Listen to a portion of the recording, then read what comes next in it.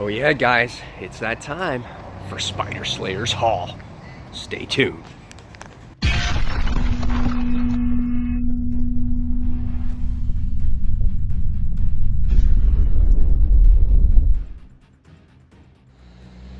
Hey comic book fans, welcome back to Comic Book Corner 2.0. And fans, you're back with me, Mike Spider Slayer. Get ready to do Spider Slayer's comic book haul. This is week 331, or episode 331. I say this every single week, but yes, this is the video series where I show you, the fans, the stuff that I picked up at the comic shops or other stuff in general, alright? So hopefully you guys enjoy this week's haul because it's a biggie. It's got some new, it's got some old, it's got some other stuff. So let's get started, alright? So the first thing we see, because you clicked on the thumbnail and you saw I have this short box I got from the comic shop. It plays tribute, obviously, to Kingdom Come. So this is the Mystery Kingdom Come comic box. What's inside this week? We're going to see. Alright, so when we open it up, the goodies that I got, first things first, is I wound up getting this die-cast Spider-Man helmet. My wife actually bought me this. I thought it was cool. I guess it's a Walmart exclusive. I wanted to show it off to you guys, so I put it in the box. Okay? So that's the first thing I got. Then, I wound up going to my local Walmart store, non-official sponsor. I don't like gray bags. So, black bags, that's what I prefer. But, for that, I wound up getting the exclusive Batman, Walmart exclusive issue 1, which they finally got these back in stock, so I wound up getting that one. And then I wound up getting Superman issue 2, and this is an original story, so I was happy to get this one too. Kind of cool cover there. So yeah, this is neat. I'm happy to get that. Alright, so when we reach inside the box even further, we come across this week's comic books in a plain white bag. Boring. Black bag, please. They should make just black bags for Bright Spider Slayer, right? Alright. So now we get into the comics. And I must say, I did get some cool classic comics this week. Just stay tight. Let me get through the new ones first. White bag, gone. On the floor. I guess we'll start off with DC. That's what's on top. Damage. Annual. It made its first annual. I don't know how it's an annual when you haven't had 12 issues of the series yet. But nevertheless, it's an annual. This supposedly is going to go deeper into the story here. Look at that. That's kind of cool. You open it up and you get some Hulk-like creatures. More of them, right? So, but based off of what you see here, it deals into our main character's past and maybe how he became Damage and whatnot. So, pretty cool. Damage, annual issue 1. Next, the continuation of Terrifics. This is issue 7. And now we get to see Tom Strong makes his appearance. We haven't seen that since, was it issue 2? Where they saw like the image of him or whatnot. So, the last story arc was okay. I guess this one starts off a new story arc. I kind of like the artwork and what's going on with this dude in the suit. Is that, it's not Plastic Man. Who is it? Maybe it is Matt Strong. I don't know. Or it's some kind of villain. But yeah, looks cool. Love the colors in it.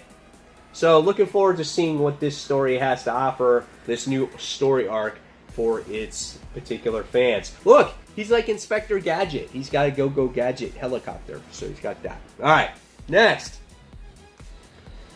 Superman Action Comics. Issue 1002. There was a couple other variants for this book, but I didn't like them. I like this one better. I like how Superman's front and center. You got Metropolis or the Daily Planet behind him or whatnot. That's really neat. Interior artwork, we get to see what's going on in here. Alright, so when it comes to Superman and Action Comics, I'm getting them confused these days. Oh yeah, this one has got to do with that crazy mystery, like, smoke creature or lava creature or whatever that one is, the inner gang or underground gang of Metropolis, and Superman has to kind of stop these guys. So, okay story. Brian Michael Bendis. I'm not sure if I like the direction of Action Comics, but we'll see where it goes. So this is issue 1002.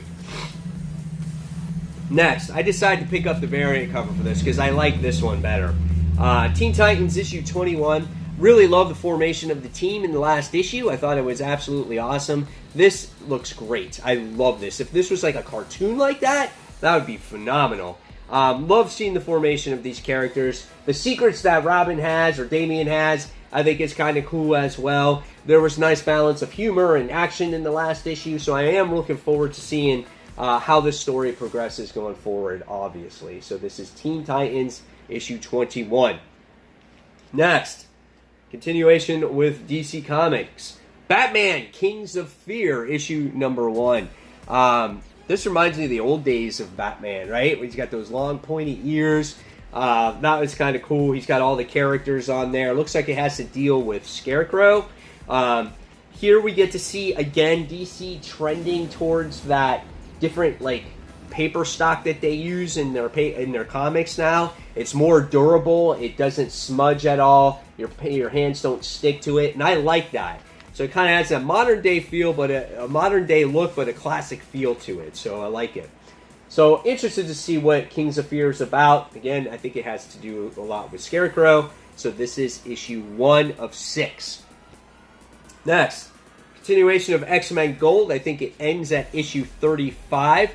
This is just basically a story about Storm's, I guess, second mother, if you want to say. And she wound up passing away. And then we wind up getting left with Storm, who actually has her parents brought back to life by this mysterious villain or whatnot. So here we get to see Kitty Pryde doing battle against some kind of robots and whatnot too. So yeah, we'll see where this goes. See if there's some more ramifications with Kitty and Peter. I'm not sure if they'll hit on that anymore, but we'll see. So this is issue 34.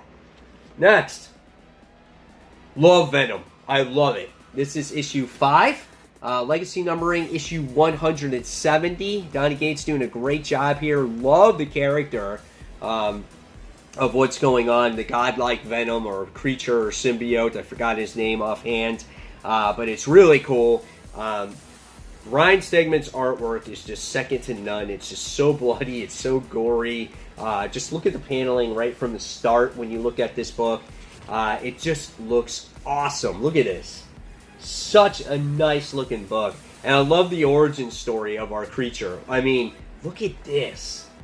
How beautiful is that? Venom has wings? Eddie Brock? Dude. I love it. I can't wait. One Shot Carnage story coming out soon too. Alright. Sentry issue 3. Iron Man versus Sentry. There's all kinds of shit going on. They got this guy who's in that mindscape or whatnot. And he's like drooling at the end. You get to see Sentry's best buddy who betrays him because he wants to be the next Sentry. The artwork looks like Black Hammer. A couple people pointed that out to me when I was reviewing the first issue of this. Really nice looking book. Really well told story. If you're not on Sentry, I definitely recommend to pick it up. Almost feels like an indie book. So this is issue 3.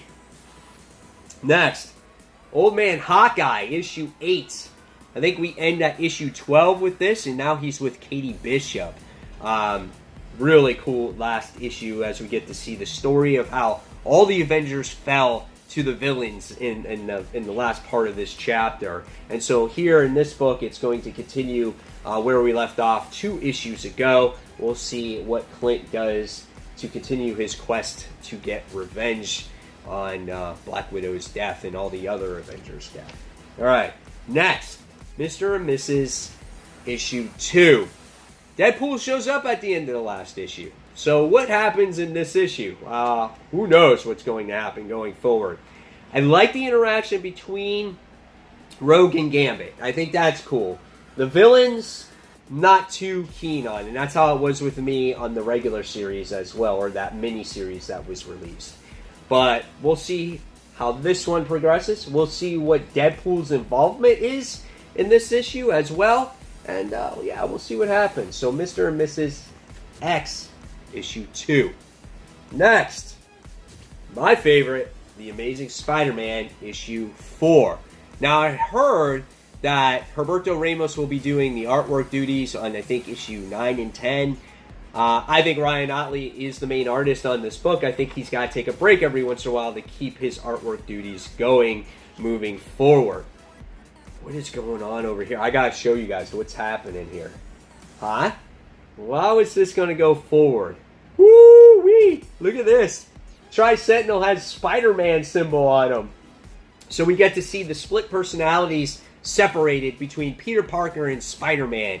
One has no responsibility. He's got responsibility, but he's stupid. He doesn't have the powers of Spider-Man anymore, but he does have MJ at his side, right? So we'll see what goes on in The Amazing Spider-Man issue 4. Gotta love it.